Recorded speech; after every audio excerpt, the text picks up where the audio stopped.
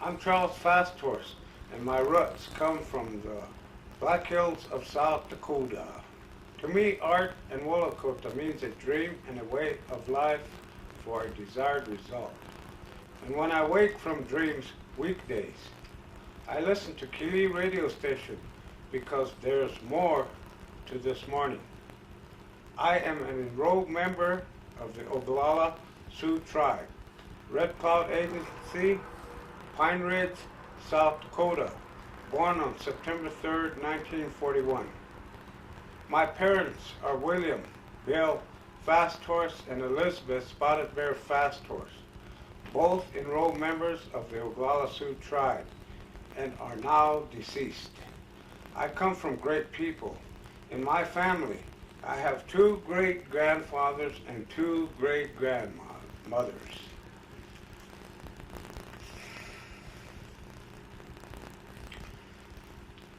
My great-grandfather on my dad's side was William Fasthorse Sr.,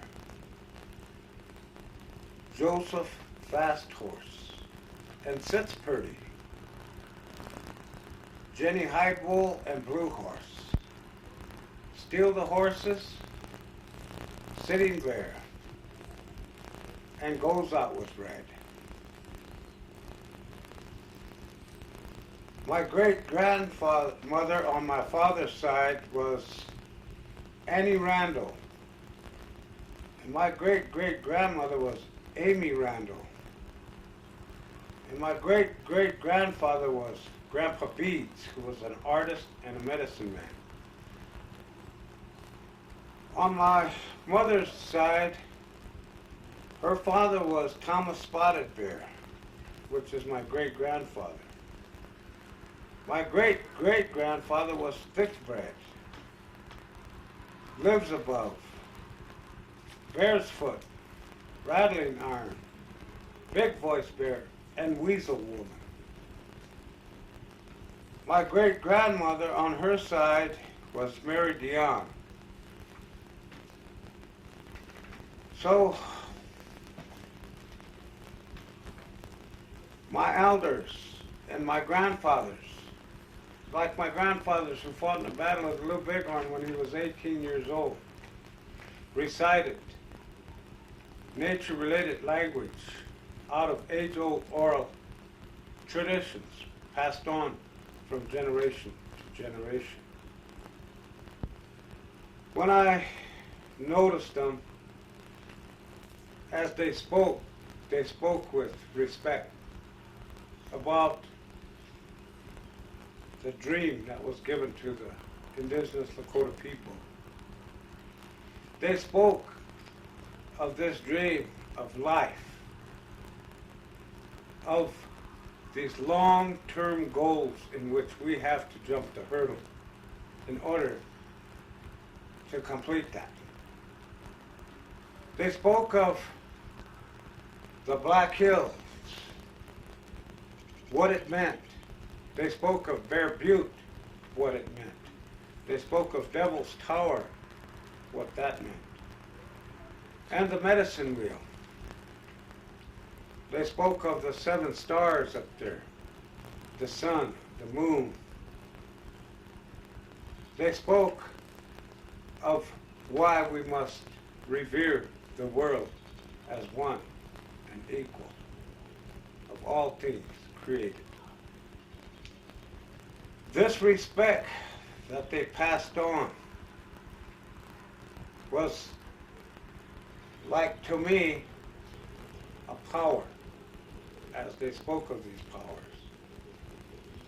This bravery which they had from those old days,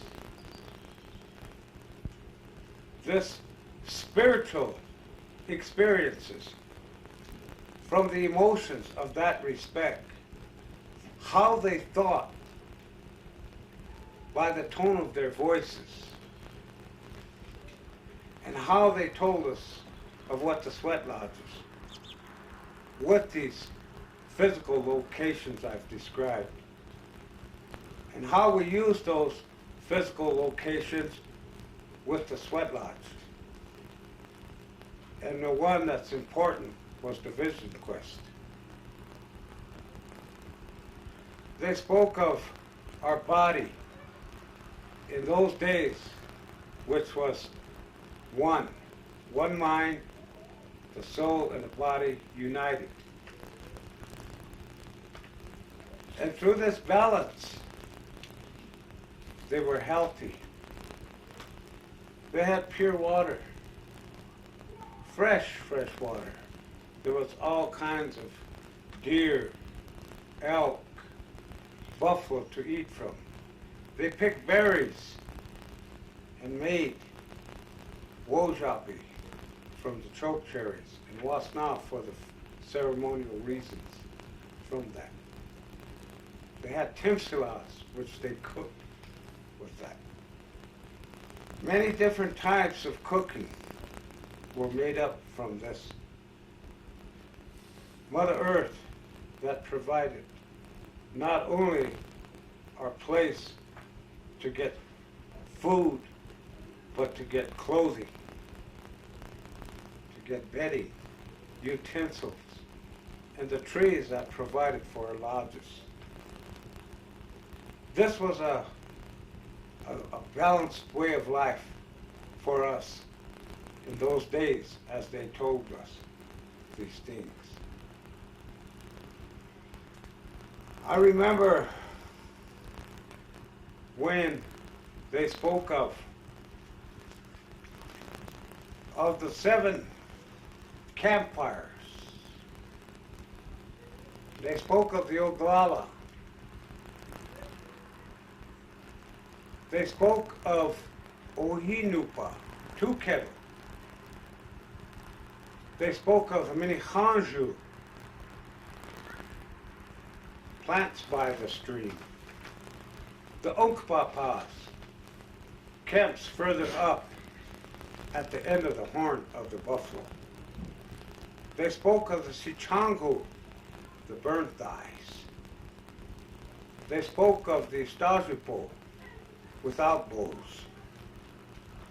They spoke of the Sihisapa, Blackfoot. These bands made up the 7 campfires of the indigenous Lakota people. Tiwahe. Tiwahe means our nature-related language. As I spoke of the physical locations, Black Hills, Bear Butte, Devil's Tower, and the Medicine Mill. These languages spoke to us, and all that was around them provided us with an interrelated relationship with our mind. We felt good about these things. We picked it up with our mind and interrelated it with our body to feel stable.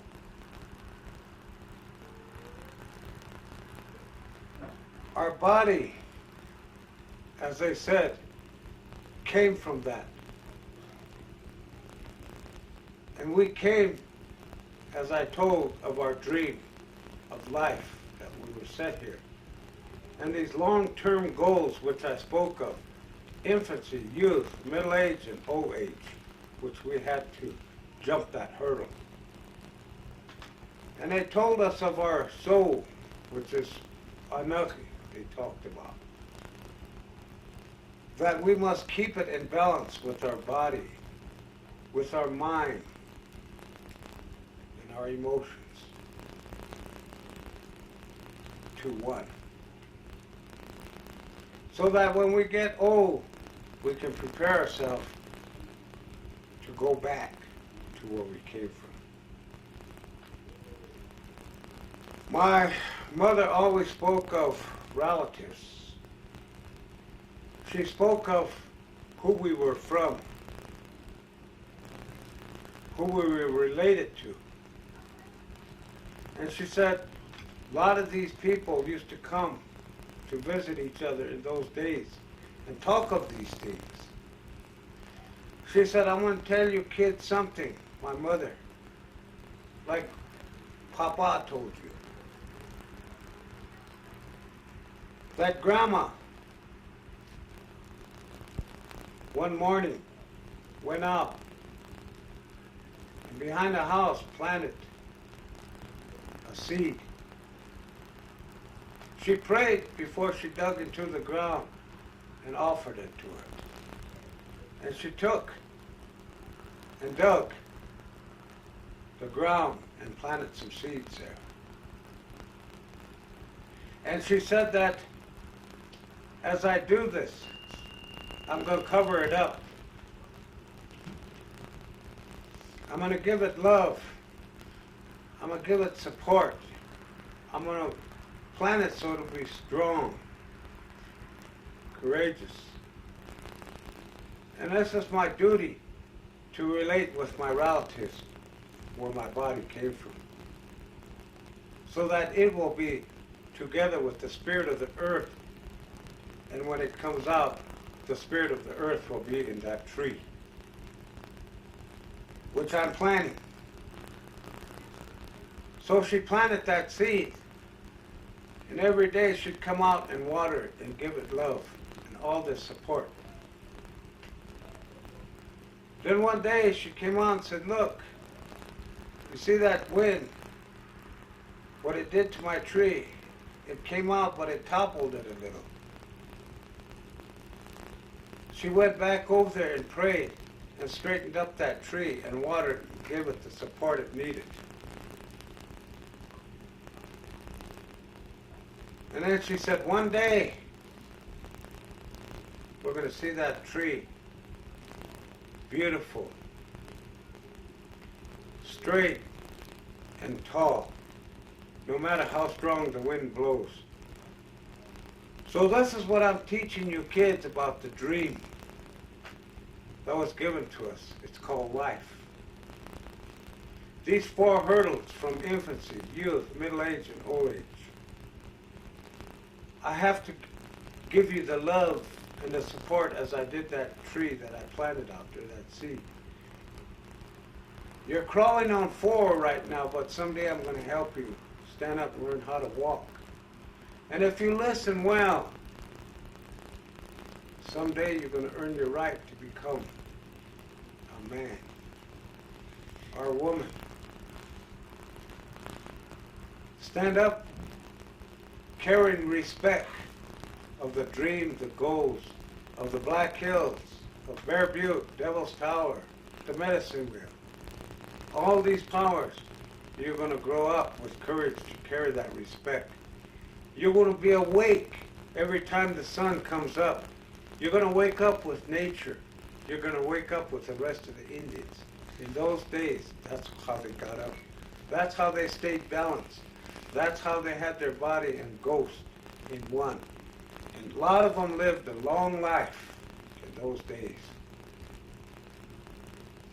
So she said, this is what I'm leaving and teaching you, because someday I'll be going.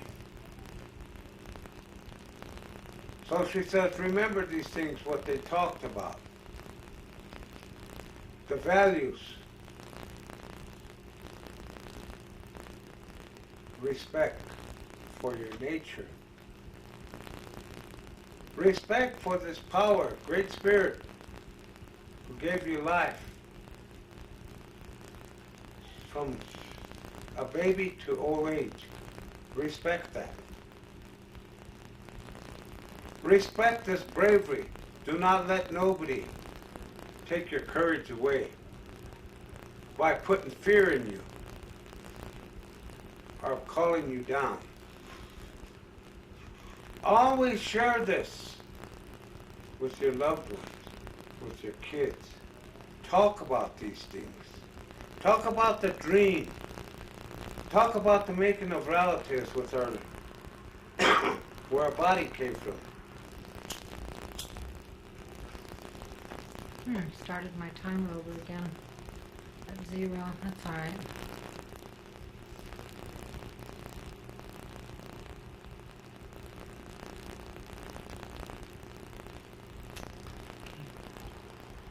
So remember, from those physical places that I spoke of, remember the sweat lodge, the first strike. because Mother Earth, thousands and thousands and thousands, and as far back as we can say, before anything else was here, created our body from that. The first sweat lodge, Mother Earth. We are the second sweat lodge, because now, where our body came from that and we stood up, you come from the woman's womb. So in times we have the sweat lodge in remembrance of that to go back and get nourished all over as a child and washed inside and outside. Remember, if you're given a dream from one of your relatives, may it be a rock, a tree, a bird, four-legged, whatever, when you get a dream from one of them, keep it, for it'll come to pass. Remember that Bear Butte was used for Vision Quest. There's not only Bear Butte, but many high ridges were used, so that you can earn your place in the footsteps of our ancestors. So this respect for that, and the bravery, and the sharing and generosity, free to make choices following older Indian wisdom, would be a great choice, the best one you'd ever make. Our kinships and our relatedness, not only with the physical locations I spoke of, but with our lineage, as I spoke of my dad and mother, grandparents, great-grandparents, great-great-grandparents. We had a high value for that truth and law, she said. Remember these things, and the old days are gone now. But we must remember those ancient dances, those ceremonies, and those legends. We must keep in mind of the sweat lodge, the vision quests. If you remember these things, you will gain ground each time you change from infancy, youth, middle age, and old age. These things that my mom has taught us, and even after we left the reservation, she was a great woman.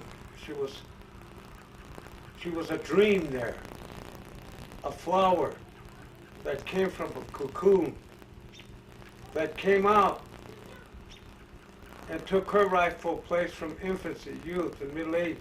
She came out and she loved us. She took care of us like the tree. There were hard times,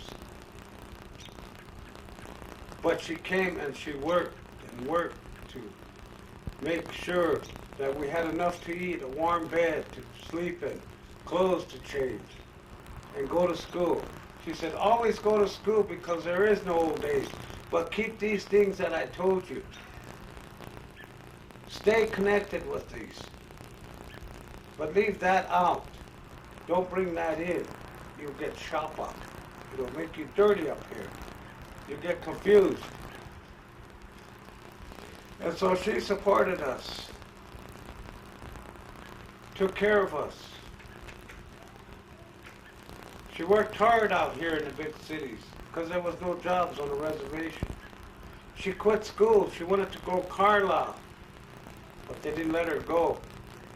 She graduated from 8th grade at Holy Rosary. If she went to Carlisle, maybe I wouldn't have been born. Maybe it was a Great Spirit's way of telling her something. She lived a hard life. We had poverty. But she took care of our health the best way she could.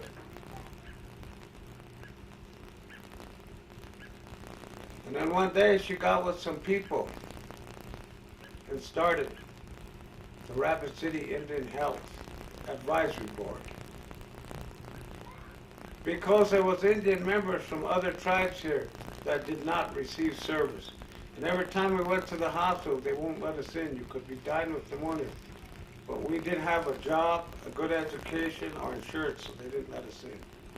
So this is why her and others got together and started this Rhapsodian and Health Advisory Board. Like she trained us, like she kept us, like she raised us. And what her grandfathers, grandparents, grandmothers taught her and her dad. And then she started a dance club with the people here to bring those old things back so that they wouldn't die. She attended a lot of meetings, treaty meetings. She spoke of many things because she believed in a high truth, a high value for truth and law. She believed in that. Always they lied to her. Always they would preach one policy and practice another when she would encounter with an Indian people. They would lie to her. But she remained with this great respect. She remained with this great bravery. She was solitude. She was fortitude, like her dad. She was humility, standing there like Bear Butte. A beautiful creation from the Great Spirit. She kept the family together. She hated arguing and fighting. That wasn't taught to us. Because you see what I told you, what she taught us. She didn't like that. She only wanted the truth. She never liked to believe in denials. Because she knew there was a renewal at the end of the rainbow when she reaches old age. That she'd done her dream here of life and reaching those goals. She knew that. She always told us many stories. She always said, never be lonely or sad. Don't drink that alcohol and drugs because it's going to numb you and kill your brains and you will be dead. Because you're hiding, you're running from the truth. You're afraid. If you do that, you're going to get angry and deny a lot of things. You're going to get jealous and you're going to fight and want to be tougher than your brothers. Don't carry those. But always keep trust with creation and all these things, for it will bring the truth out. You will see it. It will come to pass. These are powers that I spoke of. These powers that were handed down in our ancient dances, and our ceremonies, and our legends. The important ones is the Sweat Lodge and the Vision Quest. We looked at these physical locations that I spoke of. Our mind interrelated with it. They talked of this power of the sun, of the universe, of the earth and the rocks and the stars out there. These power. The moon. They talked of Tate Kihele Shkoshko. That means this wind that's of light that's out there is a power. With the Uwipi ceremonies, you see them in there when they pray, or the sweat lodges. This thunderbird who creates a balance, because you may get off balance someday with hatred or happiness, good or bad. Remember that buffalo, though. He will always be here. Nobody can erase it. No power, because the Creator put it here. That was for our health, to preserve it with our generations. The bear, when the man dreamed of a bear, he went and got on the mountain, the bear appeared, he became a medicine man. This whirlwind worked with him. Tate Yomi, the powers of all things, the forecast of weather, of time and space. So we always listen to our friend inside us. It was a ghost inside our body. The white people call it soul. And so we are all related even with that soul. And he warns us of danger.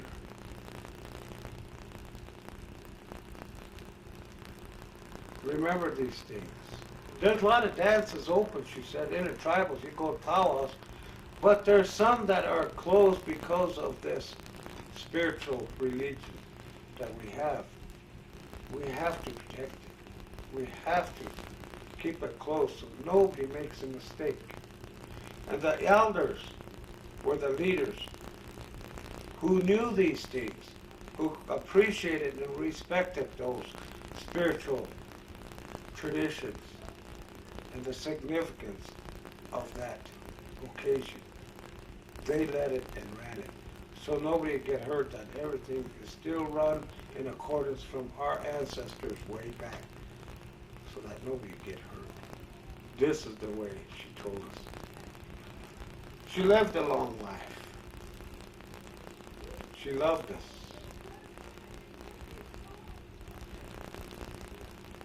And this is what she left me. And now she has gone home. Gone home to where all the other relatives are. This was Elizabeth Spotted Bear Fast Horse. I am proud to be her son. A strong, strong woman that was called humility. And I have a deep reverence for her and my great-grandfathers and grandmothers.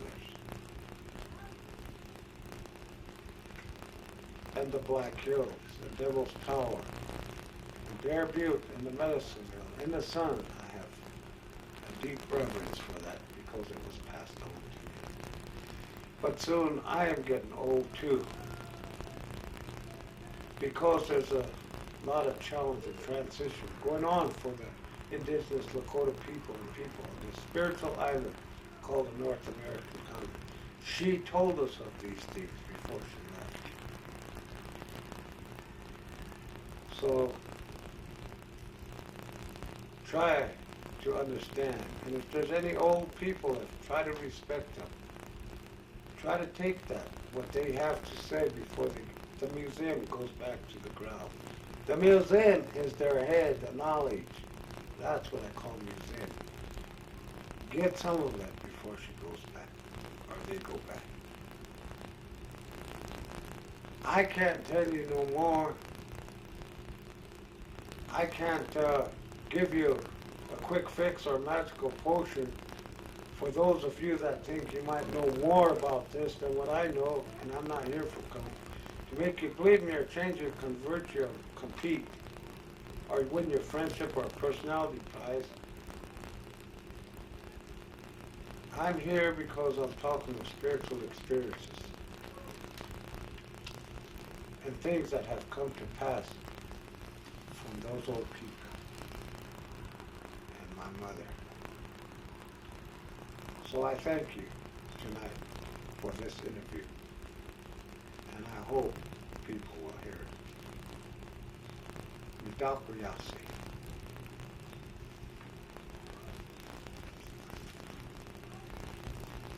That enough?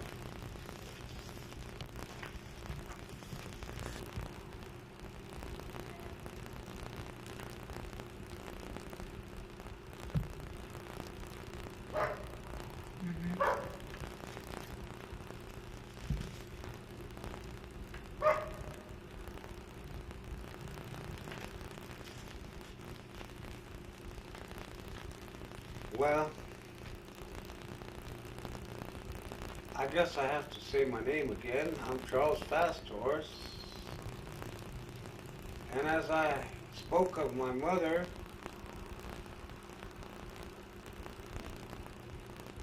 I will speak of my dad that will take us a long way.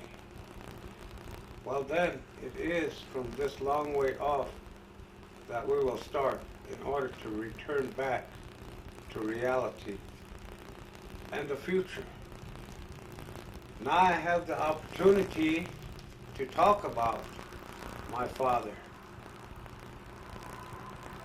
and how his characteristics were, his traits and quality were, that he received from his father, William Bell Fastor Sr., which is my great-grandfather.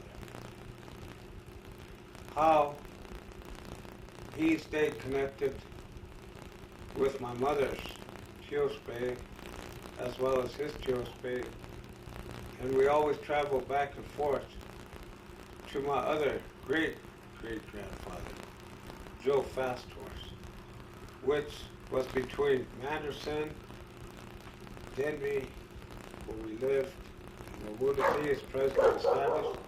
There's a place through there called Fastors Creek, where we all lived. And his wife, my great-great-grandmother, which I never knew, her name was Annie Randall. And my great-great-grandmother was Amy Randall, who was married to Todd Randall. Joe Fastors was married to Jenny Heibu. And the other great-great-grandfather was Sitz Purdy. Blue Horse, and my great-great-grandmother was called Reflection. We are a mirror of this nature, related language, so they named her Reflection, because she strongly believed in what I said that was passed on also.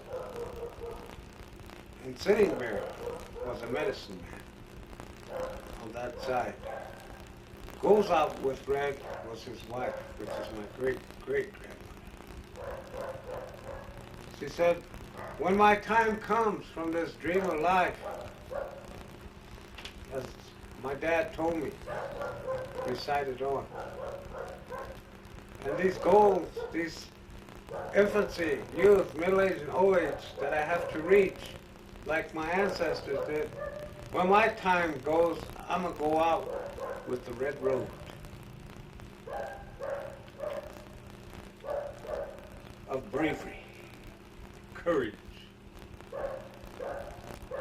so that I'll be awake to reach that road. That's how she got her name. Goes Out with Red. And Grandpa Beads, I must have inherited from some of that genetic makeup, the traits and characteristics on my father's side, because he liked to do stuff in the arts, because my great-grandfather on my dad's side was Beads. He was an artist and a medicine man. But I never knew my great-great-grandmother, who his wife was. They never told me. My dad learned all these, as well as my mother. That's how come there was no difference between them when they got married and we were born.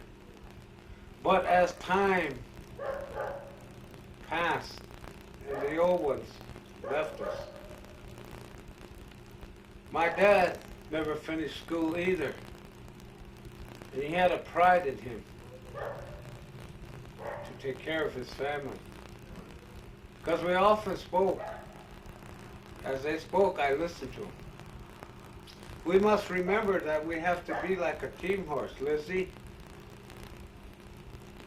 and pull that wagon up with the family, like they did in the old days. But times have changed since the treaty, and we're set on reservations. And my dad didn't finish school. The old days were gone. It was tough for him. There were no jobs there on the reservation. He had to go to Bellinet, a rancher that lived in Nebraska, and he had to work to bring in food. And then we come back, he comes back, and they had to go to Scotts Bluff to pick potatoes to bring in food. He had to do all kind of resource work. He tried going out to Gordon and Rushville, but it never worked out because he could only get jobs for 2 or 3 days or so. Maybe wait a week to get another job.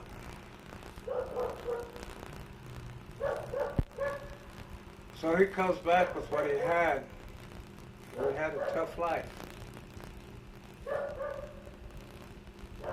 I really don't know what happened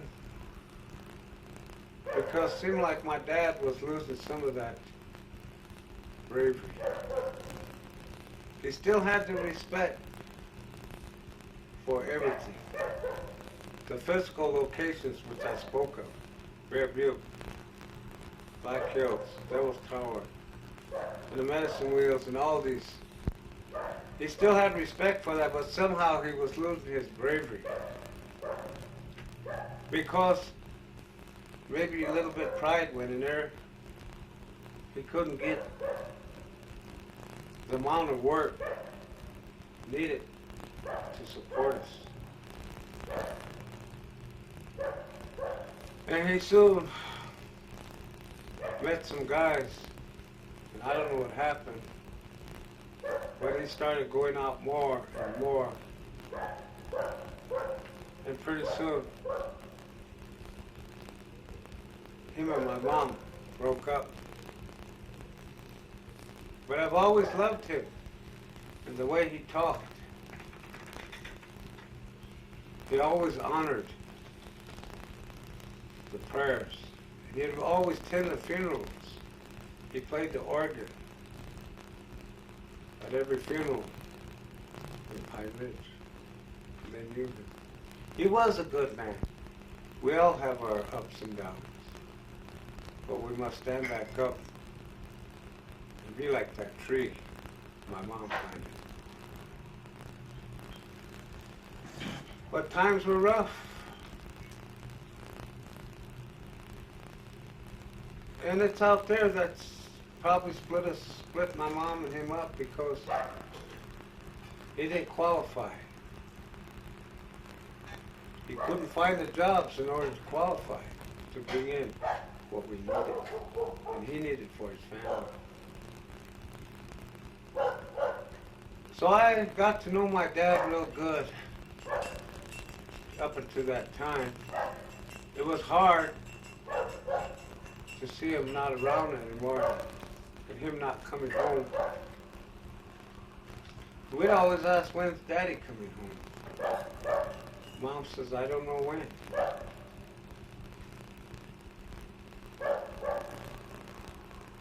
But we made it. But I've always loved him. For what he was, what he believed in, and who he was, and what he stood for. This experiences taught me many things. And even though when I went to school at United Tribes, she'd always try to send me money to help me out. He'd come up and see us. We'd be like glad to see him. And he was getting old. But then one day I heard he had a heart attack. He died. But I was there. I honored him. I did my respect. I stayed strong. I didn't cry. They said, don't cry. Be happy we're going home. Remember those things.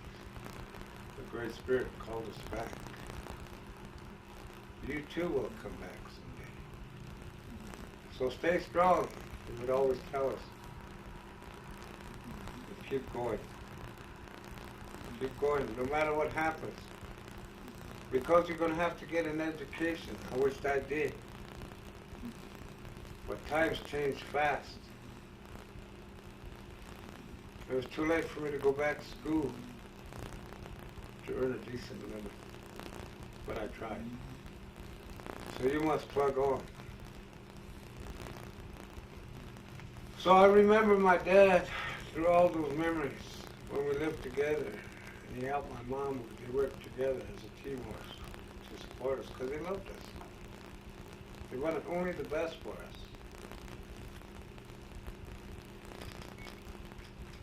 But keep the values.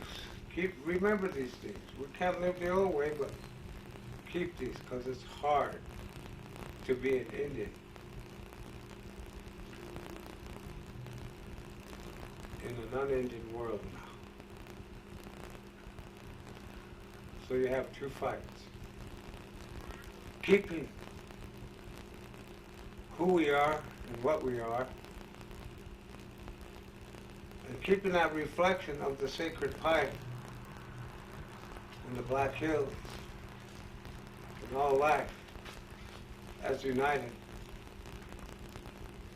but leaving that world out because you might become something you don't want to be, because you're already born somebody, he would say. Don't forget that. So we remember him. Of all the good things that he stood for. But we don't remember the bad things because what happened didn't come from our world. It came from that other world that put that on him. Maybe if those people out there listen to us, my ancestors as I did, and my dad and mom believed,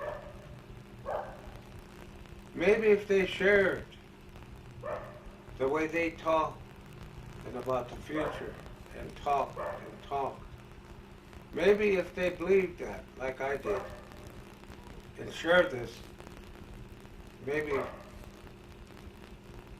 what happened to me is proof of that and how I got to where I am. And maybe we can go in to this future that's coming together with respect and understanding of each other as they wished and dreamed. But I can't understand why they think that way. Just dominant society. Why they put fear in you of your belief of a God if we don't believe it. Why they're selfish. Why they exploit the land. That's my mom and I would talk about it, my dad. And the natural resources. Why are they doing that? Why is a lot of the animals being killed off and we don't see them anymore? Why are they trying to be more powerful than the animals and creation and us? Why are they that way? What makes them think that way? We can't understand. But maybe when we all die, we'll go back to the real world, where it's better. But in the meantime, like my dad says, remember these things, and like your mother and her dad said, and Joe said, Uncle Joe, fast toward, and my dad, hang on to these, because it will get you to the end. And it's tough. Maybe that's why I never had kids, because I always had to believe in these things and look at my security and try to make it. Because we never had money. We never had land anymore. Some of us never had a good education. We never had a fat bank account or a lot of these materials to use. We never had that. So it was tough for us. And I know what my dad was saying and what he went through, because I went through that. And what my mom did with an 8th grade education to try to provide a living for us, a security. It's hard. It's hard to understand these crazy rules they got. Soon we're going to be having to ask them if we can turn to the left and do this thing, or go over here by so many laws and so many codes. They always talk to that. The Great Spirit gave us some principles, but he didn't have that much. It's like the Great Spirit said, here now, we give you the dream. These 4 hurdles you gotta jump and then come home. Those are the things that we have to do. That's why the Sweat Lodge and the Vision Quest is so important to me. This is why my dad also, as he said, the nearest I can be to my spirituality is to at least respect the old people, the ones that died. Just to sing the songs for them with the piano. That's my deed, at least. I'll do while I'm here. So he's done that all his life until he died. So these people that he talked of, Grandpa Beads,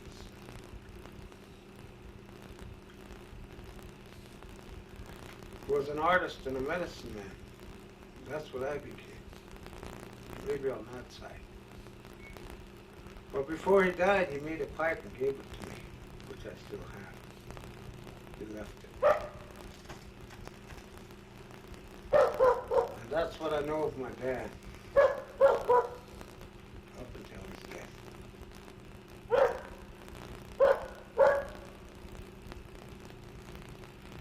Questions?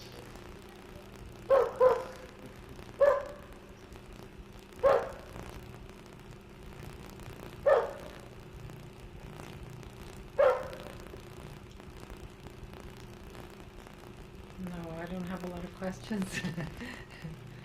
They all I'm answer. really glad you're able to, Because I've told you about everything here. yeah.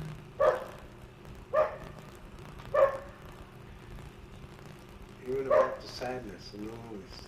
That's all how I go. You see how it's still here? Oh, yeah. It's been imprinted.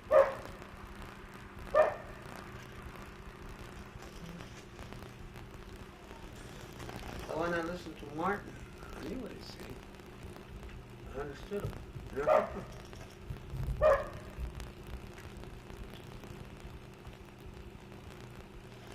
Turn it off.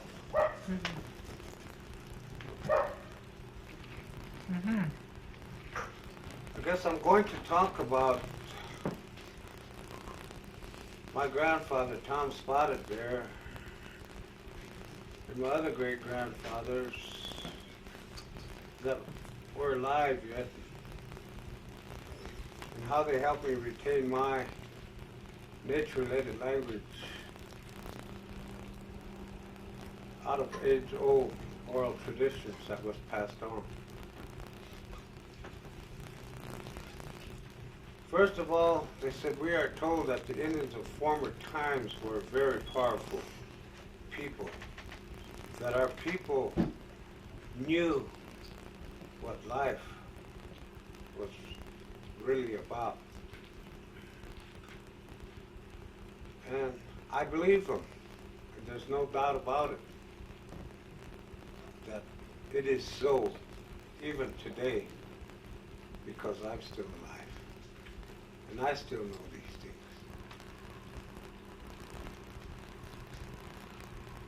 When I used to watch him,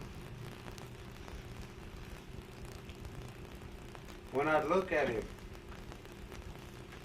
when I look at his eyes, it was like them stars. The power of it. That told him the truth.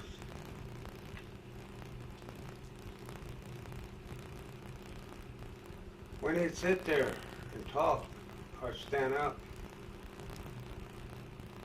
I seen that this dream that was given to him from his great ancestors and these lifelong hurdles that he had to jump to become what he was, I saw a deep respect in those eyes for this Black Hills, this Bear Butte, things that he spoke of, and the other physical locations.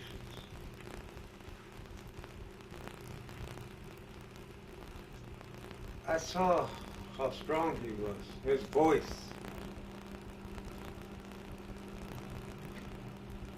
I saw him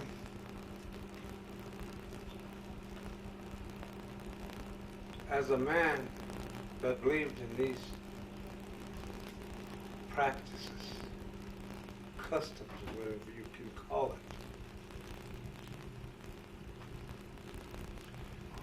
it. And I saw him united with his soul and body. And as he stood up, I saw a deep reverence of equalness with this nature-related language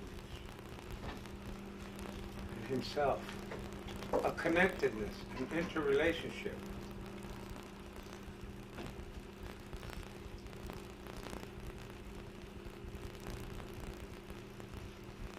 How tall and proud and strong.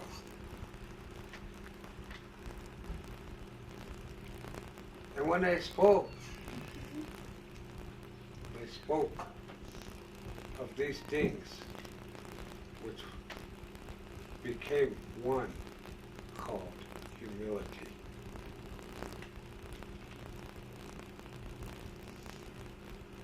These people, and as he talked, I could see him traveling back to what was given to him. He said the people, the Lakota people, had an odd reverence for nature, a desire to share too. And for many, Teospes of the 7 campfires, which I named, were free of oppression and class stratification. They said it was always told to him by the ancients from the beginning and passed on from his great-grandparents, great-great-grandparents, and great-great-grandparents, of whom I spoke of, that the land was to be shared, not owned, because it was nature, related and powerful, and belonged to everyone. And that the animals, and the trees, and the herbs, and the water were very precious to us for survival.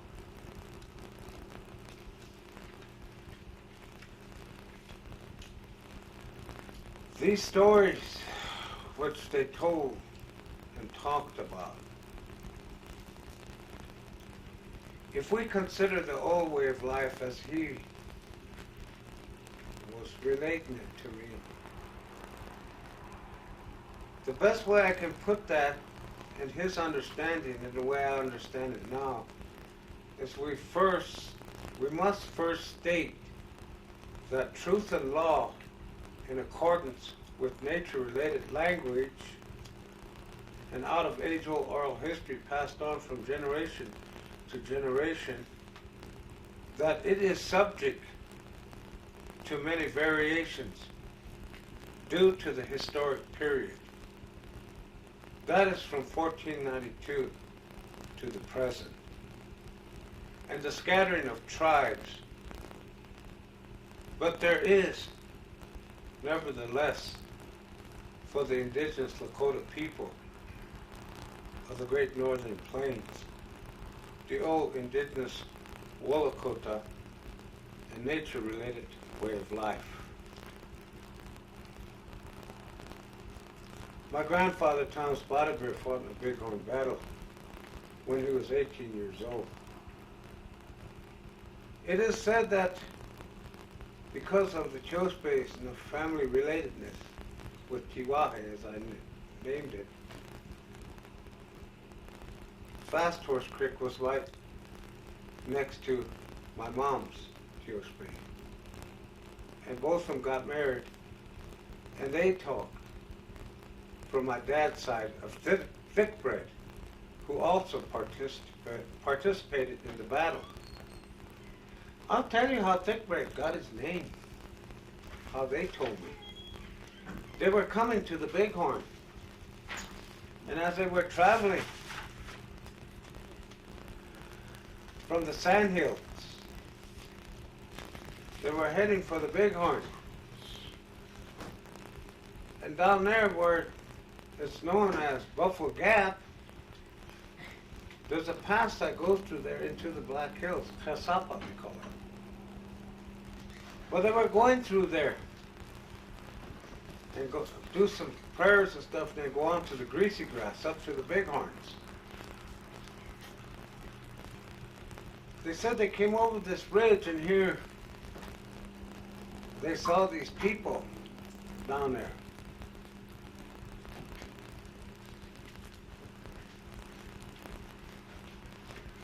And some had long dresses on and something over their head.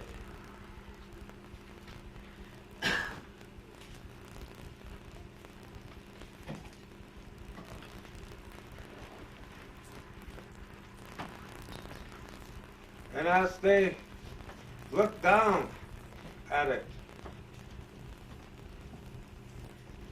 at them people in these covered wagons, they saw long tables or something that these women, I guess they were women because they had long dresses, were putting this stuff on it. So they said, let's go down and scare them. So they came down whooping, hollering. Said all those people ran, screaming.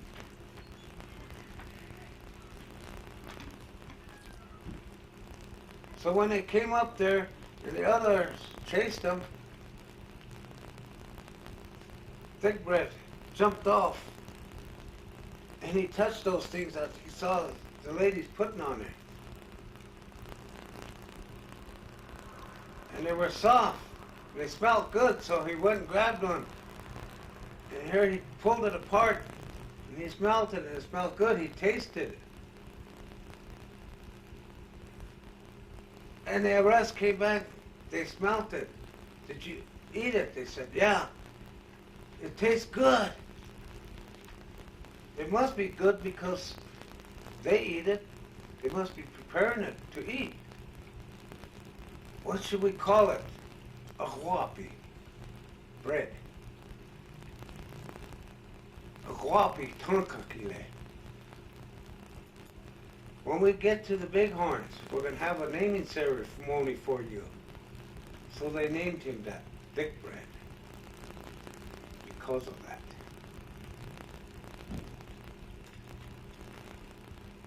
Some of them I think I've heard say that Blue Horse, Sitting Bear, and Bear's Foot participated also in the Bighorn battle.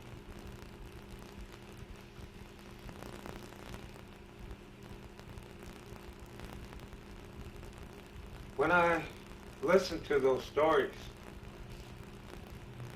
especially when they fought at the Bighorn battle,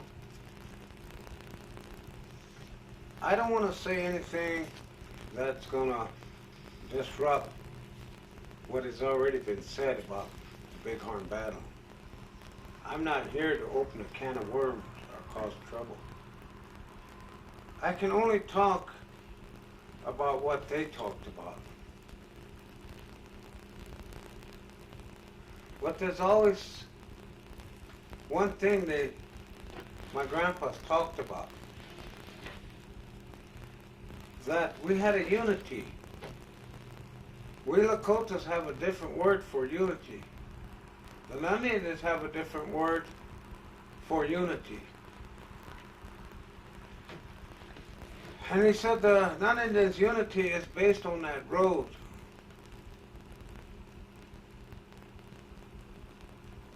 It's based on that piece of paper. It's based on that old store there, general store. It's based on a highway.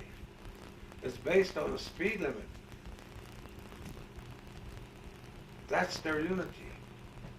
Our unity is based on direction of space, the sun, the gravity, today the electromagnetic force, which is light, which we call the Uwiki lights, or Swetlog lights, and the weak and strong forces.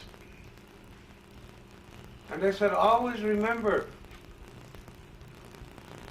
when our ancestors stood up after crawling on 4 legs, like when you come out of your mother's womb, and we earn our right to be a man and woman, the pipe was brought. They call it, there's many names, there's many versions. And I'm not saying that whoever talked first to the sacred white buffalo calf pipe have their versions, and another has a version. But what I heard, and what I heard about the sacred white buffalo calf pipe is that our Wallakota go hand in hand.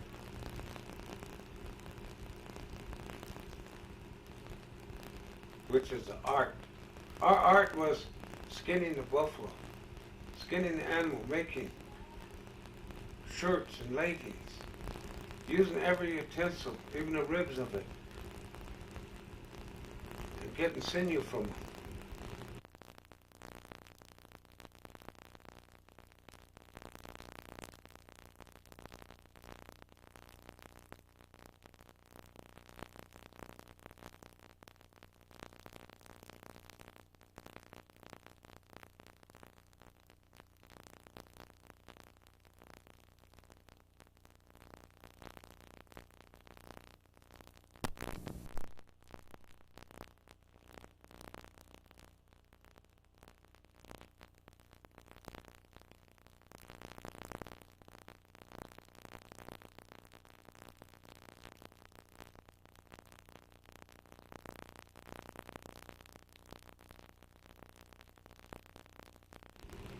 Using every part of that buffalo for our eating utensils and blankets and robes and storytelling of our events and feats that are painted on the buffalo robe. The history of a man who done great feats, recording it. So we create from the natural raw materials. They created, they were the first artists. So when I create from them, the old masters.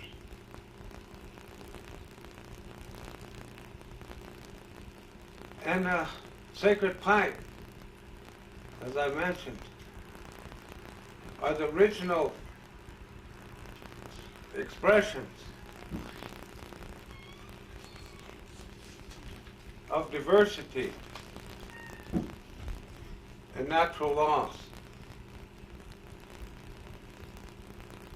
A mirror of our inherent qualities. The indigenous Lakota people, as part of the human race today, bring their own language and age-old oral traditions passed on from generation to generation into the present as best it can. And that's what I'm trying to do, so I won't die. Because Grandpa Spotted Bear taught my mother, and I heard him, they would always say, Dakuwa Shaki, which meant something powerful that sits beyond the universe. That's how they told me.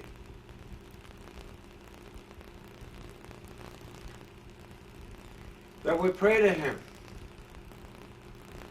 That we pray to these four faces of the four winds.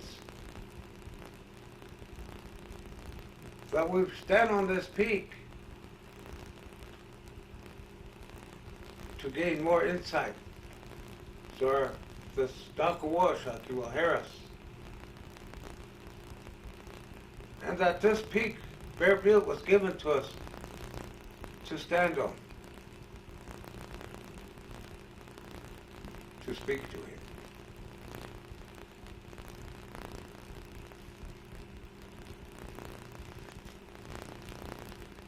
They always told me about a nation nearest the sun. This nation nearest the sun is called Ikchewichasha, Lakota.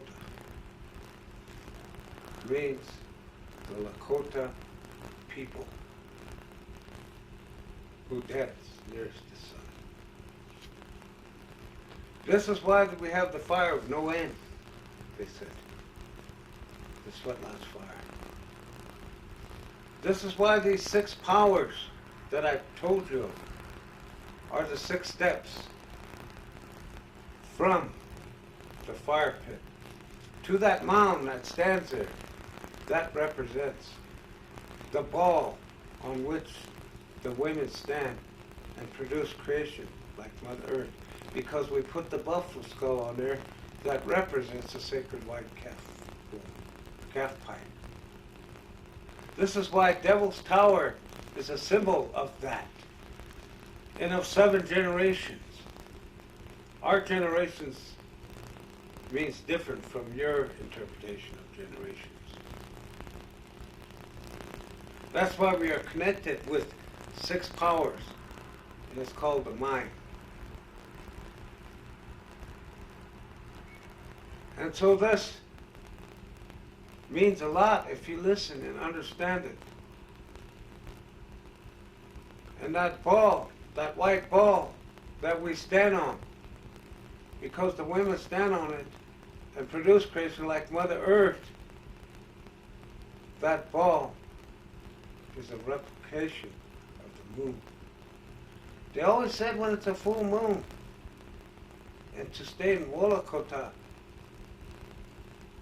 concept for a way of life, for a desired result, which means our body and soul must be in balance for the 4th leg, which is old age. When a full moon was here, the baby born, like a deer or others, if it's a boy, it's going to be boys all that month. That's how they said that. Same as a girl. If they're born, it'll be girls all that month. This is why it's important for that mound. It's important because the pipe's there. And when you load that pipe, it tells the truth. No matter how much you think you're powerful and lie and deny, it's going to bring it out. And we will see it. We don't have to ask questions of you. And this is why we have 4 steps leading into that sweat lodge, which is infancy, youth, middle age, and old age. So this is what they left me and what they told me. So I went out, told my grandfather, I had a dream. They said, what'd you dream? I said, I saw these hills, big rocks, blue sky, an eagle. I saw these trees, these wagon track going up to it in a house. And I looked, as I was going up toward it, there was a black-tailed deer standing there. As I started to run toward the house, he ran with me. I still remember that day when they told me to hang on to that dream. Well, that dream came to pass. When I went on the mountain and had my dreams, and I came down from that mountain, not for what I am today, but for what they showed me, and what my great-grandfather, great-great-grandfather, great-great-grandfathers, and grandmothers recited to me, plus my mom and dad, and what I'm speaking about. To be a reflection of that and hang on to it, it will lead you to the end. It came to pass So I went and I took from this nature-related language, this natural raw materials that they used that I described, and I brought the art out to let people know who we were. To see what I could make of it in the future. And today, from those teachings, I have got that dream because it's where I live now, in the Black Hills.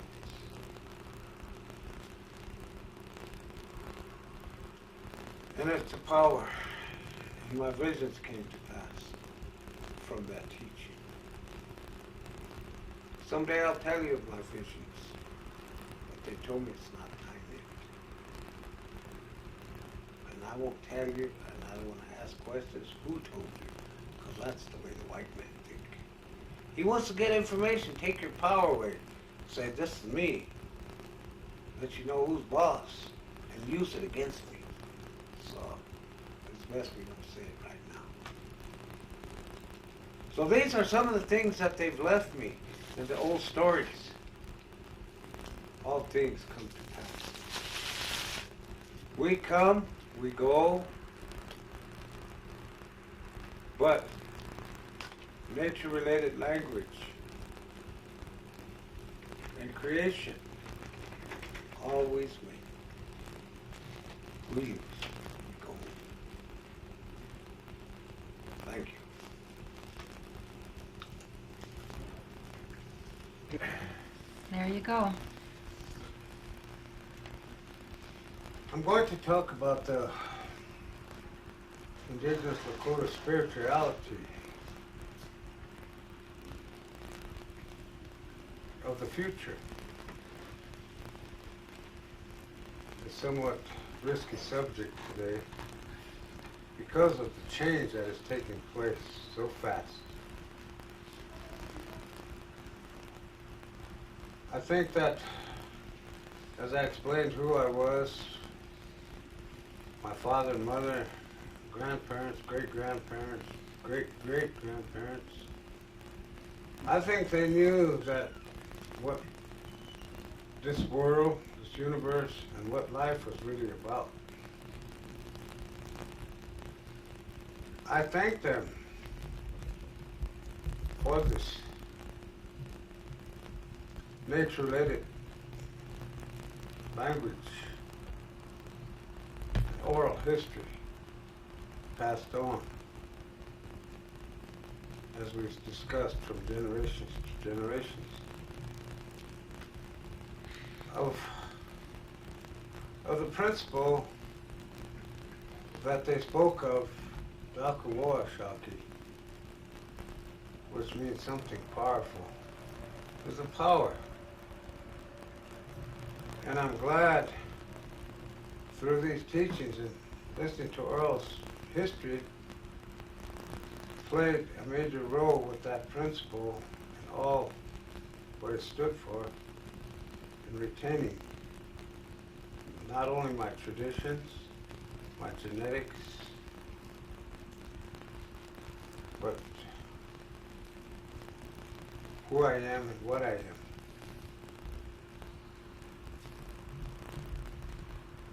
When they talked, I don't think I've ever heard them lie. But it was like the language that was passed on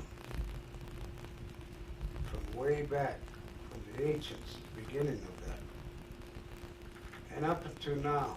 And it reminds me of like when the sun comes up and the sun goes down. Reminds me of fall, winter, spring, and summer. Never changing it, as they have, but speaking the same tone.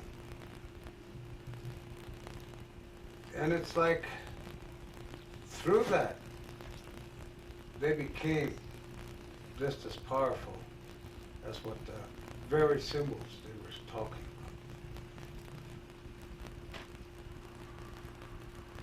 about. I would like to teach this oral traditions that may help the children today and for the upcoming new millennium.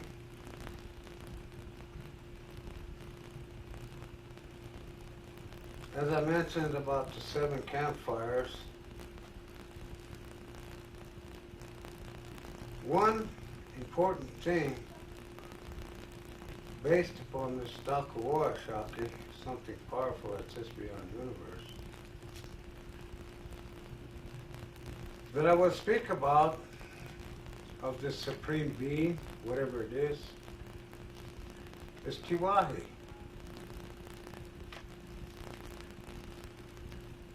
Tiwahi is the respect that I have for the sun, for the earth, for the rocks and the stars out there. I have deep respect for that because of the superpowers it represents. And listening to the old people, I see that in the eyes of my grandfathers, the shining star. I hear the warmth of the sun, balanced, coming out of their tone of voice. And as we evolve around this earth, I hear their mind evolving like that, at a pace which is in balance. When I look at the sun, it reminds me of those. And it reminds me of the warmth of the stars from their eyes. It reminds me of this deep respect, like deep space, which lives on forever. When I think about these things in my genetic structure, I think about that moon that sits up there, that's next to these powers. I think about the water spirit that was up there, that's down here through that moon and through us. I think about this Dakushkashka that evolves up there, the little lights. Today men call it the electromagnetic force. And I think about the cosmos. That cosmic out there is like the whirlwind. The whirlwind that goes to the right, which the cosmic galaxies out there are an identity code to it. When I think of this, and I look down and I go to the sweat lodge, I think of the unification process with that sun. When I look at the 6 steps of the beginning of the Mihunkis, the ancients, we've come a long ways, and it is in that subject that we must go back a long ways and come back to where we're at to see what the future millennium will be for us.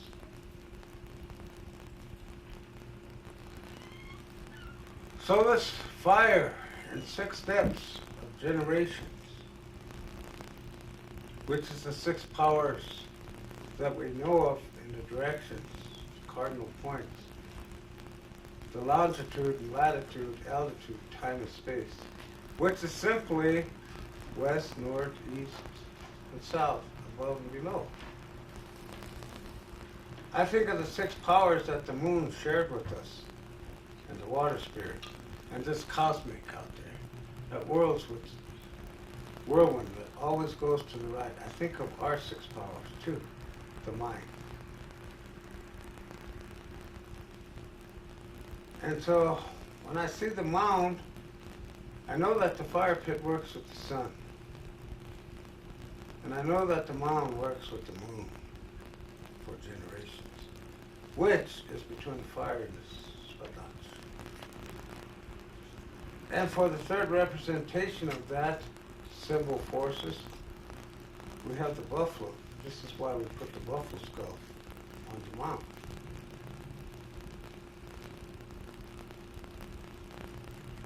And this is why when the pipe came, we put that on there as we loaded. And it had rules and laws which went with that, and the rights in which to conduct ourselves with our family, the Tiwahe, we call. These powers that I'm talking about, and the sweat lodge, which works with the moon, Devil's Tower, and our generations for the health. When I look at this body made from the fire and the 6 powers and the sweat lodge and generations with the moon and the sun, and the buffalo skull sitting on that mound and the pipes. I look at our body as a servant in which to carry this master around, which is our mind, spirit, and brains. And when I look to the soul or the Nahi, we must be united with that Nahi, our body and soul. Because first we have a soul, and second we have a ghost. When I say that about the soul and the ghost, we are a reflection of our ancestors from that genetic structure. That's the ghost of the past. We, our body, and our mind and brains are a reflection of that ghost of our genetic structure from the past. When I speak about the soul, there has been maybe over billions and billions of souls that have come and left. And as far as I can remember now, that these billions of souls that have begun a long time ago, way back, that came and went in that body and mind and brain and lived here for this long purpose of life they give us, which are goals of infancy, youth, and middle age and old age, have continued just like the seasons. And so when that happens, these souls have come and left, come and left. After those 4 completions, which we call infancy, youth, middle age, and old age. But somewhere along the line, something was happening. And that's when the pipe came and brought those rights. To remember the 2 oldest, the sweat and the vision. To remember them. For the reason of keeping that relationship. To making of relatives with Tiwahe, which I got through speaking of. The sun, stars, all that. The making of relatives with that. And how do we do that? We go back to the sweat lodge. And then we go to the vision quest. And most important, keeping the soul. That's a relationship with this.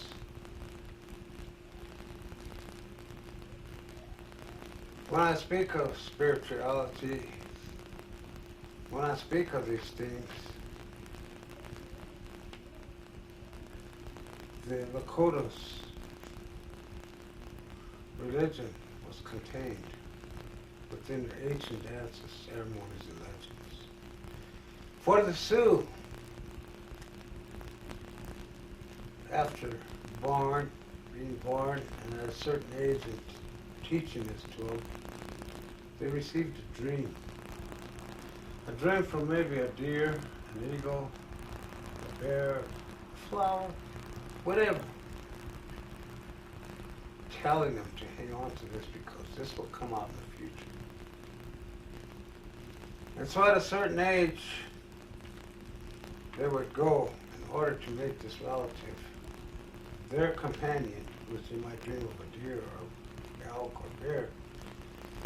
In order to make this relative a relationship with Tiwahid, which is the universe up there, the powers up there that I spoke of, and down here, the sweat and the buffalo, and they're all weak forces. In order to go back to make that interrelated relationship, we had to go through the sweat.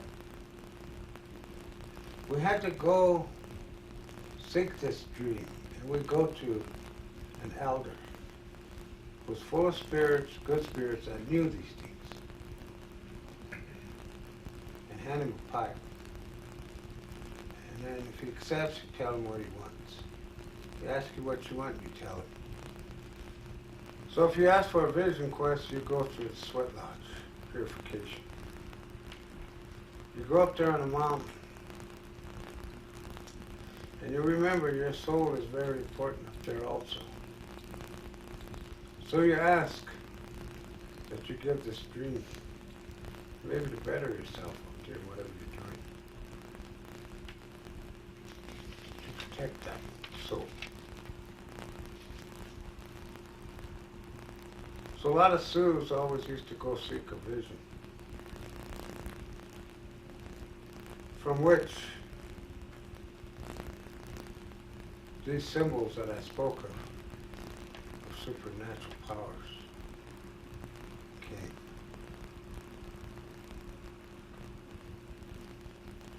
And we appealed to the sun, to the stars, rocks, earth, the moon, the little lights, the cosmic up there,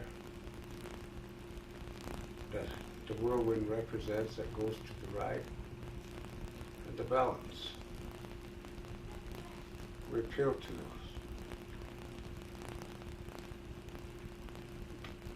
And down here, we were here for the health and generation to listen to the man chosen to run those ceremonies and appealing these.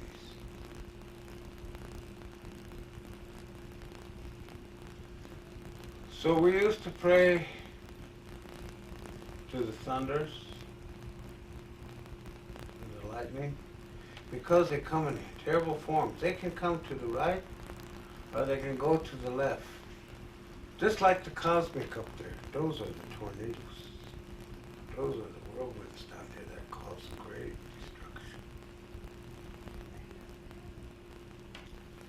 destruction. So we pray to all these symbols. The west, the north, the east and the south, above and below. Again, as symbols of supernatural power. A lot of those dances are open today, such as intertribal, powwows and Gallup. Are the powwows coming up here in Rapid City at the Civic Center in July, and other powwows on reservations or Minneapolis. A lot of them are open to the public, but there are some that are primarily closed for religious purposes, and who are respected by these elders who conduct this spiritual significance of the occasion through tribal law given to us. way back.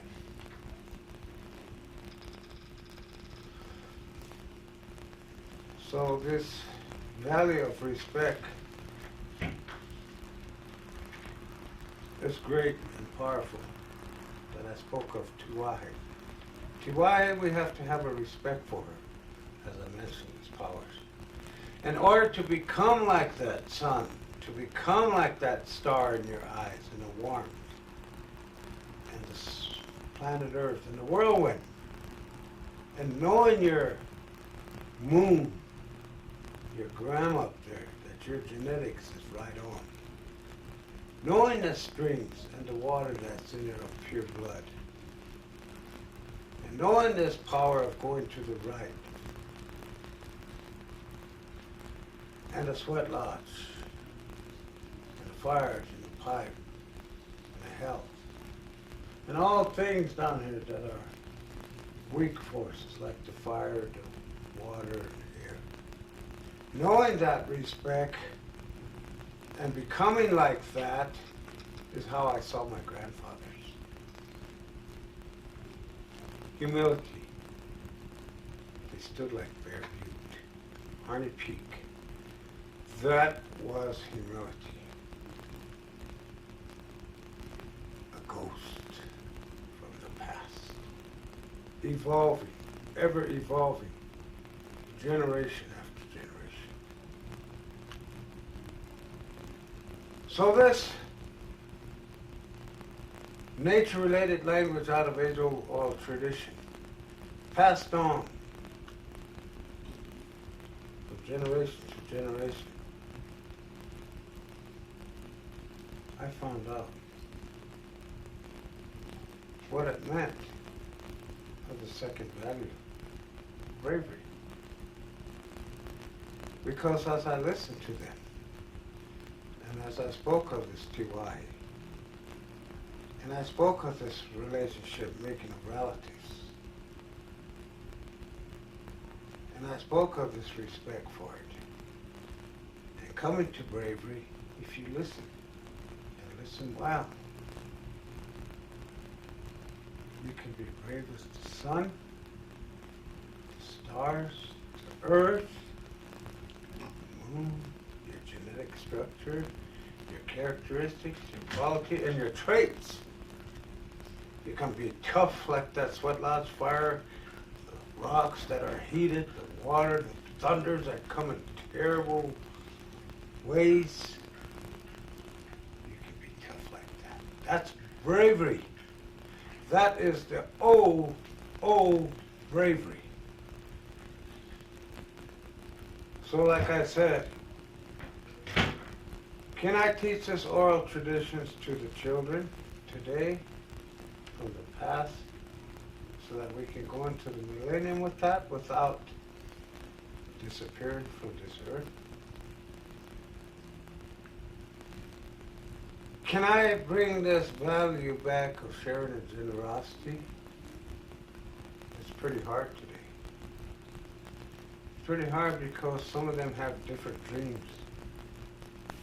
They're a reflection of a mirror. Like a mirror, you look in your reflection. Maybe you're a reflection of a mirror of a melting pot, a plastic, a robot. Maybe you become that reflection.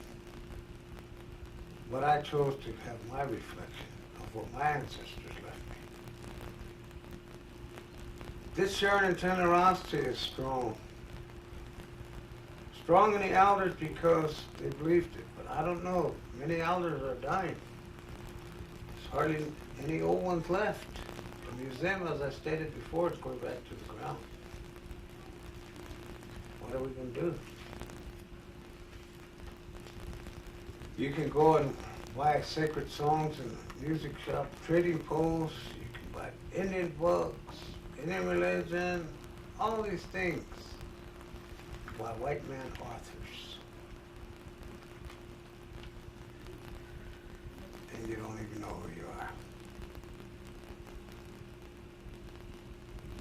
But that could be one sharing of generosity that might spark that spirit that soul inside you to wake up. Hope it works. For the better, though. So, in those days, as I was told these things, and how I teach the children, you're free to make a choice following older Indian wisdom or becoming an elder. And that's your choice. You want to go this way, to the left, or you want to go to the right. That's up to you, if you listened, or if you didn't. Because if you do, you will know this tiwahe, you will know this relationship, you will know this value, as I just explained these values of harmony. You will know what harmony is.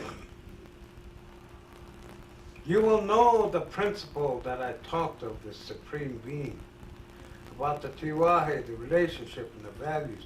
You will know why them 7 stars were set up there, the natural order of all things.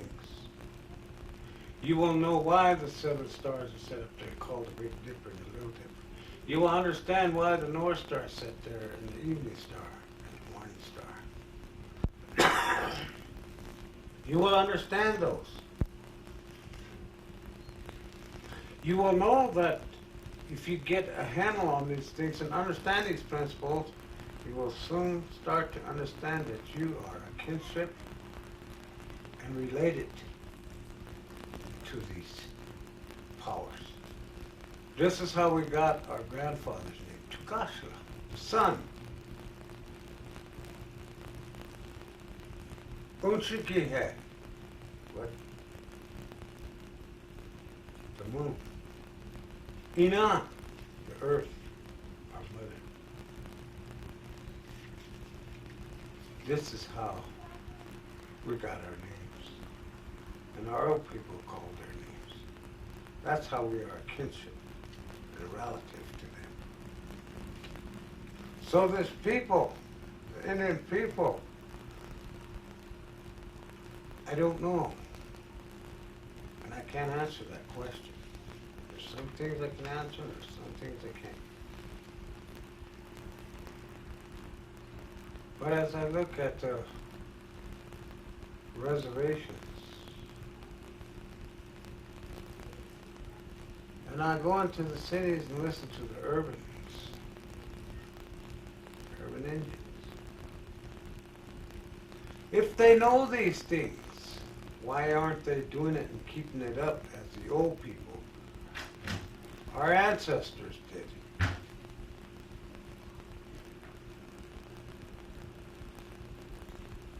Because I don't see a high value for truth and law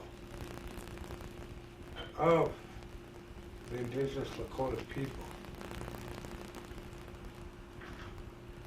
Our way, not this other way, outside our heartbeat of the nation, which is a reservation,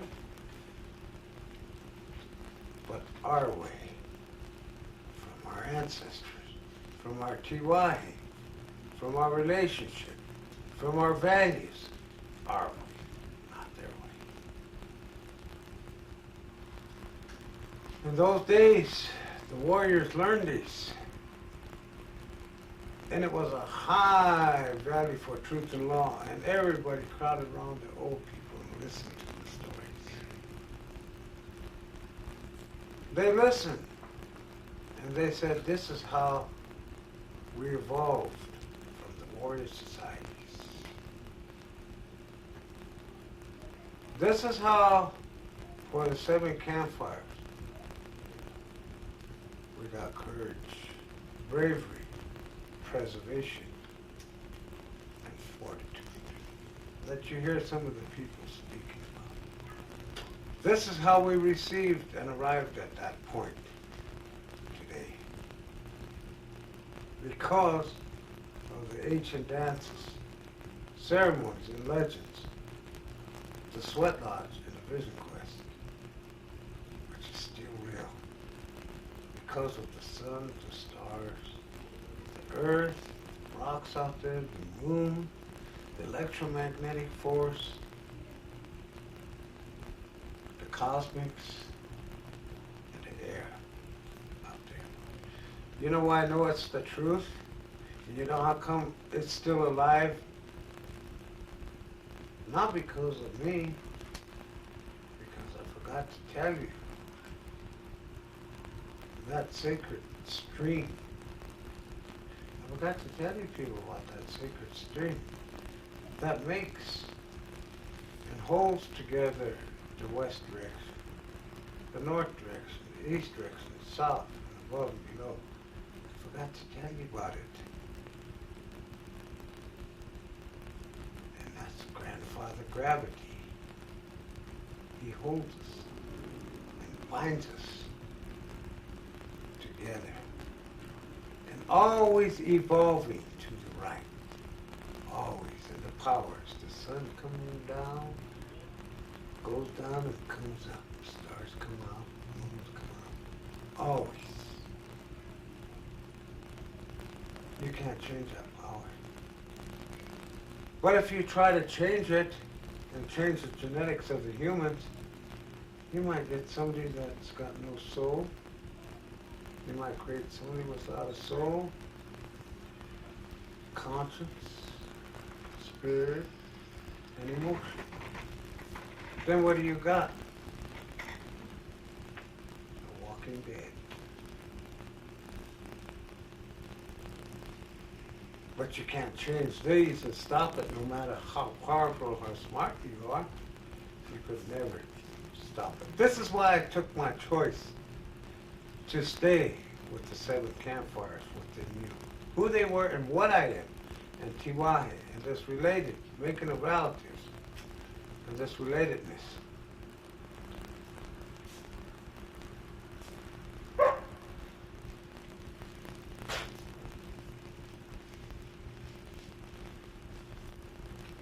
So,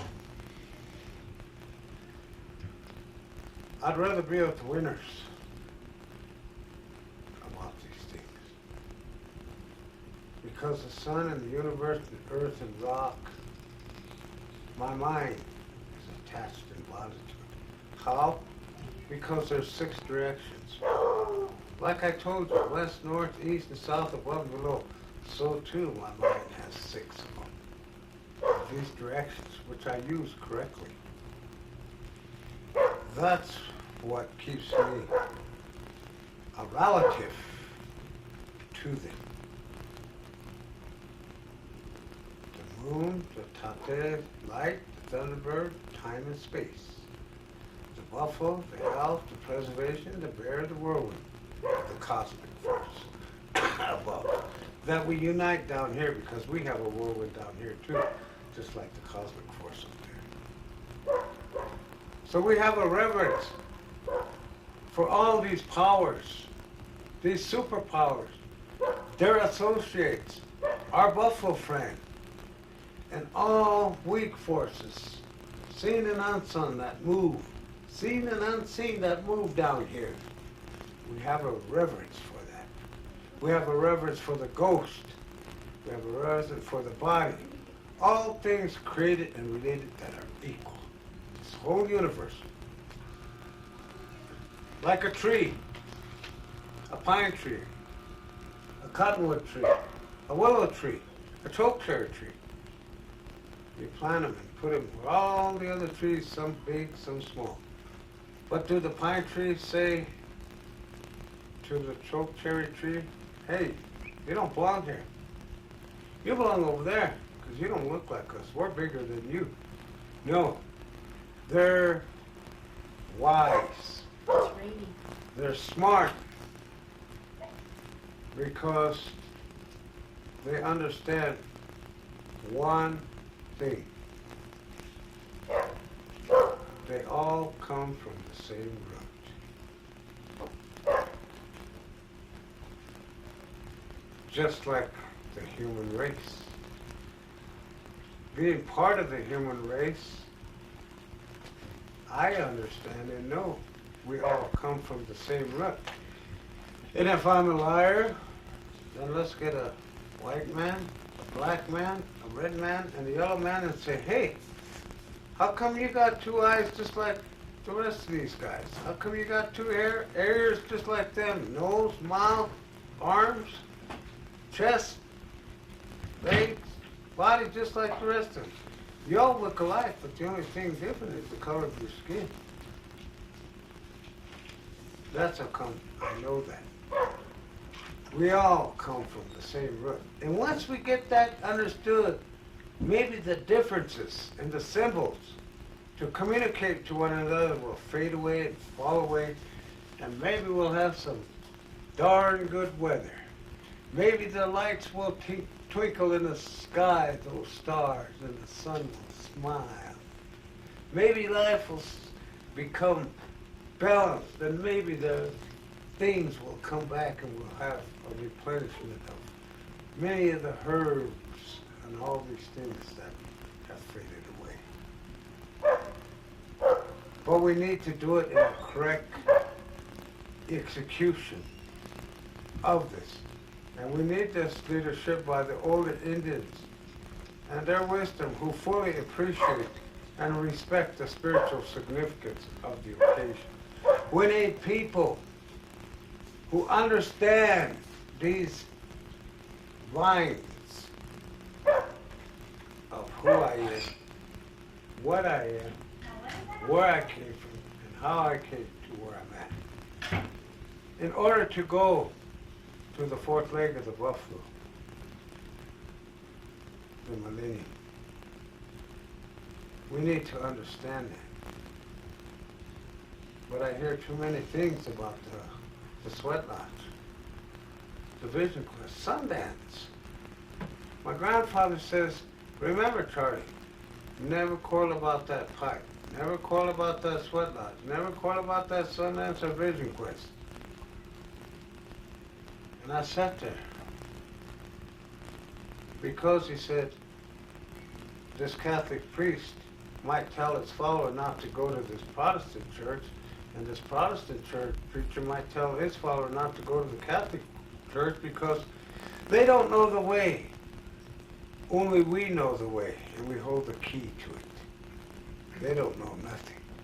So when I start hearing the Indian people quarreling about this and talking about these things, they remind me of priests from the Catholic church, Protestant church, Mormon, maybe, I don't know. But they sound like that.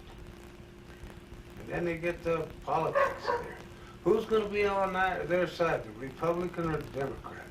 We all know which one will be on their side.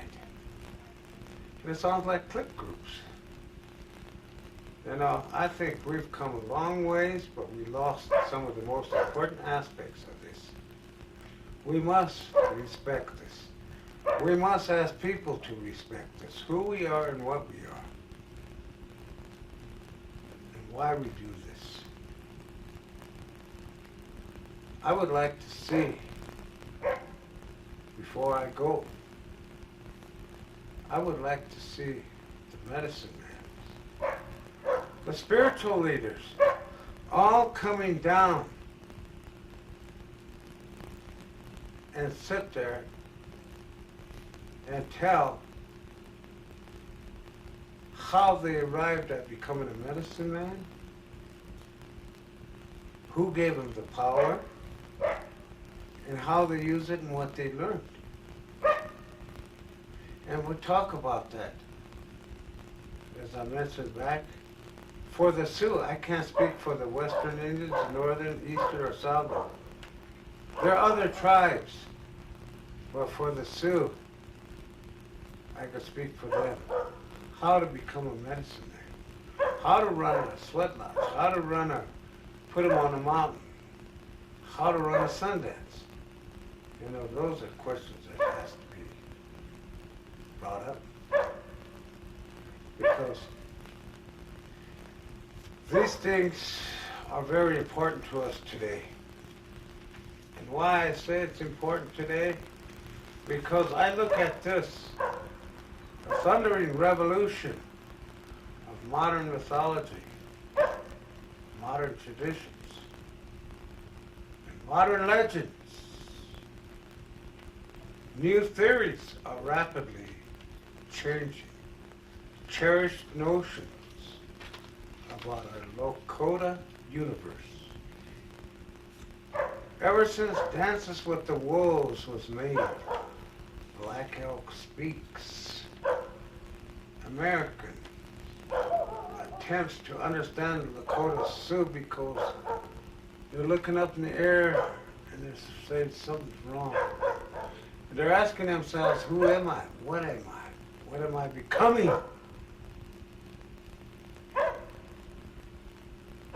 And they're going back to tribal traditions to find some of their answers.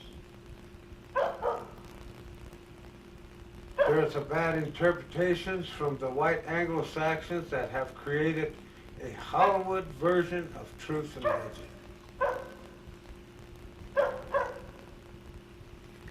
When I see some of these shows about the Mohicans and Crazy Horse, I don't see that mountain.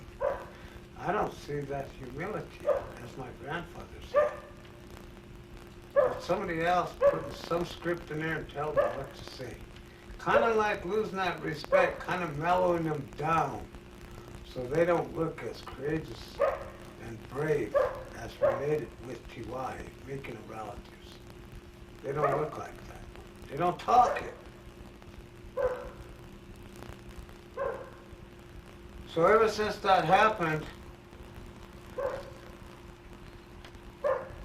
not only South Dakota,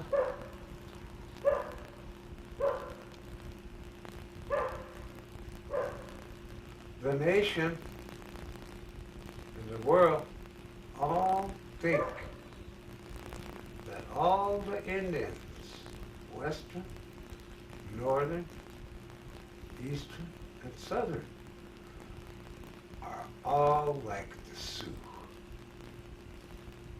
I went over here one the other day, a while back. They were having some kind of a dance or whatever, and they were doing it Sioux way. And I asked, what kind of Indian are you? And they told me, I said, either I'm nuts or you're nuts. I'm mixed up. How'd that happen? I didn't know we had Sioux way over here.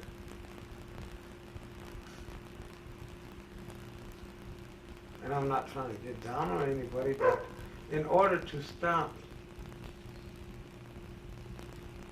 these things, these storms, just think of what it's doing to the nation.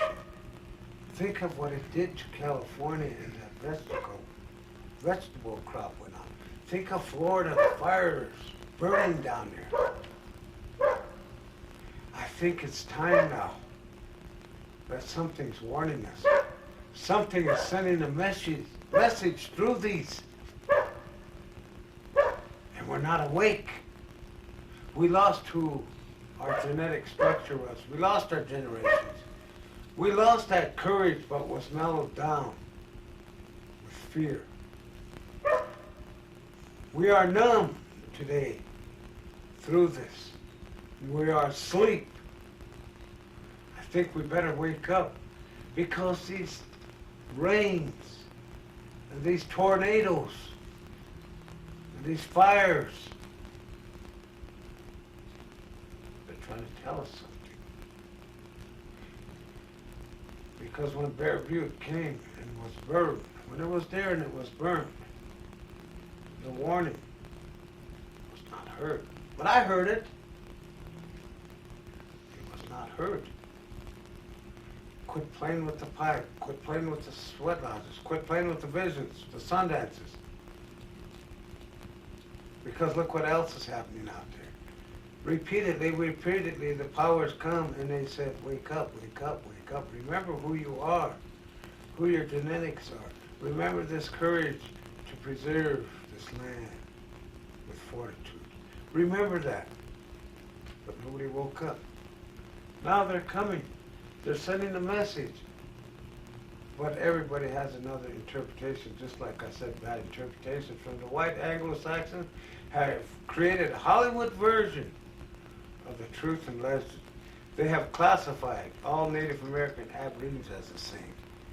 I think we better wake up. I think we better get back in balance.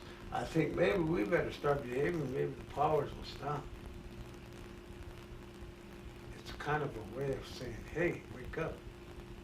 Wake up down there. Nobody's awake. And this is why I wonder what they have left me, as I discussed. And I try to tell people, but they're not listening. Am I the only one going to walk into that millennium with all this crap not following me? Or how many of us is going to take that crap into the millennium of the 20th? And as we talk of the 20th century, we have to go further back because the 19th century is involved. And then we have to go further back because of 1492. And then come back from that. I mean, are we going to take all that into the 20th century? I think it's time now where we go back and find out our genetic structure. I think we wake up with bravery. Play H, they say. Stand up. Be accounted. Be a reflection of what our ancestors were. And wake up. Wake up with the storm. Wake up with the sun. Wake up with the moon. Wake up with the birds and the animals. Wake up now. Because they're trying to tell us, but we're not listening. So this, what I'm talking about is what I learned and from my dream as a child. Not listening to anybody but what was put in my head. And I had my visions, and they came to pass. And I was called upon to the vision quest. It happened back at Wounded Knee, where I was raised, learning these powers, learning my environment, and learning the school environment. Two different things, which was right and which was wrong. And when I came up, before I went to the vision, it's like I crossed a threshold of time. And my grandma says, don't look back when you go. Keep going. And I crossed that threshold of time. I went to the left road for a while, but I woke up. And I said, I gotta go the right way. There's more to this life than this. Or either I'm gonna be a gallon of spoiled milk. And nobody will like me or want to smell me. That's when I met Martin Heiber. And he came and he says, the Spirit sent me to you. And that's a long story that goes way back. But we talked to make things sharp. I asked him to put me on the mountain, Bear Butte. And that's where it happened, in 1975 of August. The first night I got all my visions. I'm not here to make anybody believe me, change them, or convert them, or win friends or personality contests. I don't care.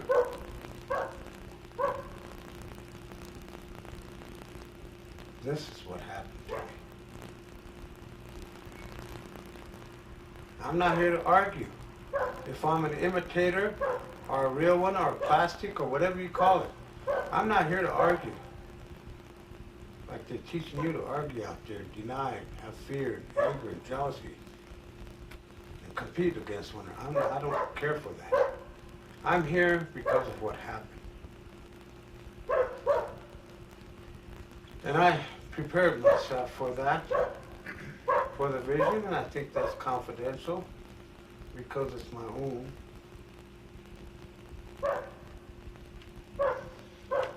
And I went up in Bear Butte in the second week of August of 1975. And that's when it began. And I saw these visions from the west.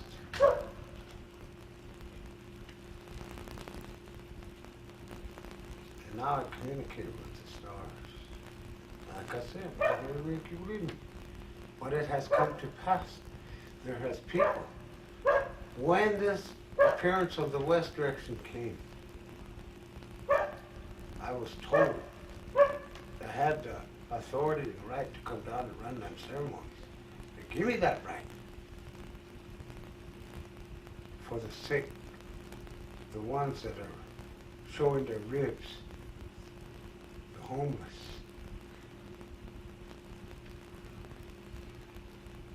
To come down and pray for them. The ones that are having a hard time, pray for them. Pray that they have their babies. Pray that they will come back and leave that bad water, steal cigarettes, tobacco, everything alone. That they come back and drink the pure water, the good water. We don't have all the herbs to eat to stay healthy, or the fresh meat, or the clean air and stuff, but by God, we can do something right now to get our generations ready for the new millennium, that they come out healthy. I pray for these. That's what was my vision from the West. And to the North, I had to do something for the man that put me up there, and it has come to pass, that vision. At La Plante, South Dakota, in the Black Hills, Martin Highbeer, I did the blessing. Prayed for him at the end, at La Plante. And I come over here and released his soul, as I was instructed. Not from a tribal chairman, not from my mother or anybody, but from them. A power. Because I understand the power. And then, the same vision that I saw to the north of this tree, and the light went in it, and a bear appeared, full of stars, that has come to pass. November 17th, 1997. Tree cutting ceremony for America's holiday tree.